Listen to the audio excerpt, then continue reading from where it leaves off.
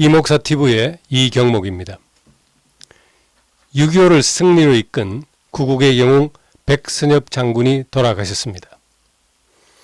그런데 장군을 현충원으로 모시는 문제를 놓고 좌파의 반대가 심했습니다. 임진왜란을 승리로 이끈 이순신 장군이 순국하셨을 때도 그랬습니다. 사당을 지어 제사 지내려 하자 임금과 신하들이 반대해서 무산됐습니다.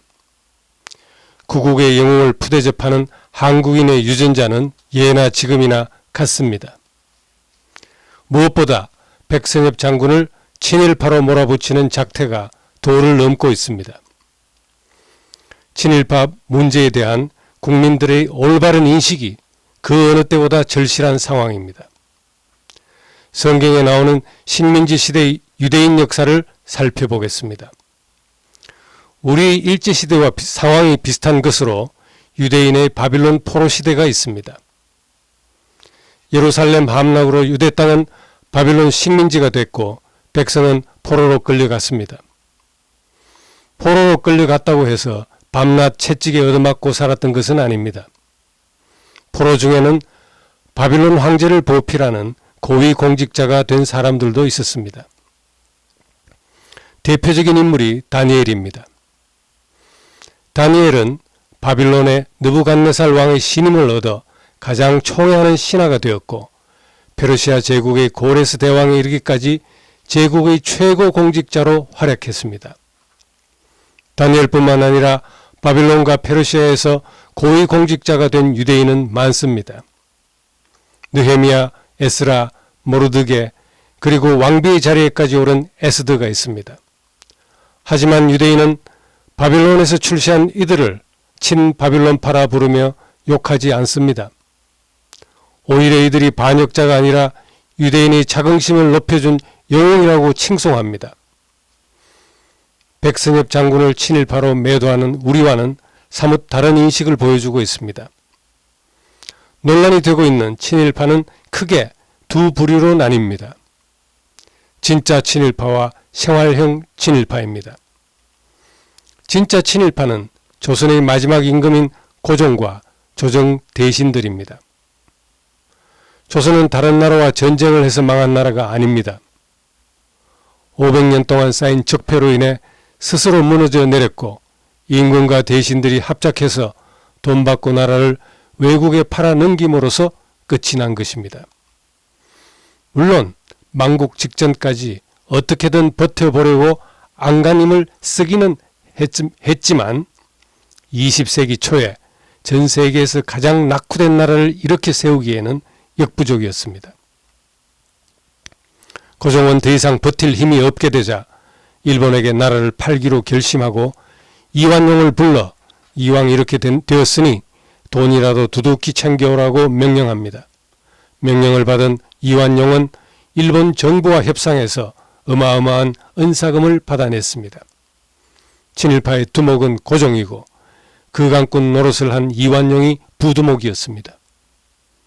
고종과 이완용 외에 당시 조정의 대신들도 매국의 대가로 은사금을 받았습니다. 이들은 중추원의 귀족이 되어 일제시대 36년 동안 부귀영화를 누렸습니다.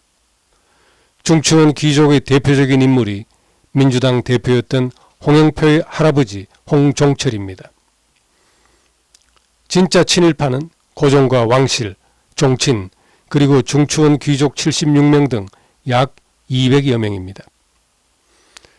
생활형 친일파는 한일 합방 후에 공무원이나 기업의 직원이 된 사람들입니다. 도지사와 같은 고위직도 있었고 시골의 말단 공무원도 있었습니다. 기업은 흥남 비료공장 같은 대기업과 소규모 염색 공장 등이 있었습니다. 나라는 망했지만 가난한 백성들은 먹고 살아야만 했습니다. 그런데 좌파들은 가족의 생계를 책임졌던 이들을 가리켜 친일파라고 매도합니다. 정작 욕을 해야 할 고종과 송병준 같은 진짜 친일파에 대해서는 단 한마디도 하지 않고 살기 위해 일했던 생활형 친일파들만 죽으라고 비난하고 있습니다. 친일을 밝히는 게 목적이 아니라 정치적 도구로 친일을 악용하기 때문입니다. 또한 좌파 조상이 저지른 진짜 친일 행적을 덮으려는 간악한 술수이기도 합니다. 따라서 좌파들의 친일파 비판은 진정성이 없습니다. 백선엽 장군이 태어났을 때는 이미 고종이 나라를 팔아먹은 지 10년이 지났습니다. 군에 입대할 때는 흑화사변으로 소련이 독립군을 해산한 지 20년이 지났습니다.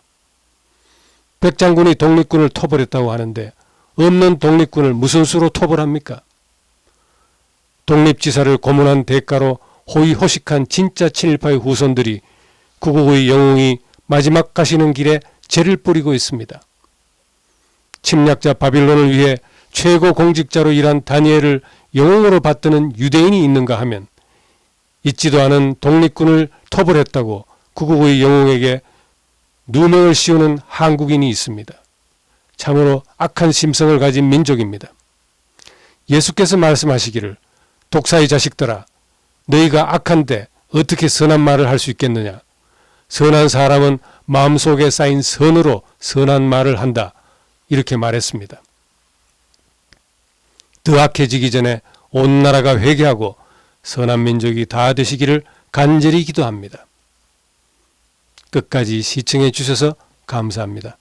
이 영상을 많이 공유하시고 구독해 주시면 고맙겠습니다.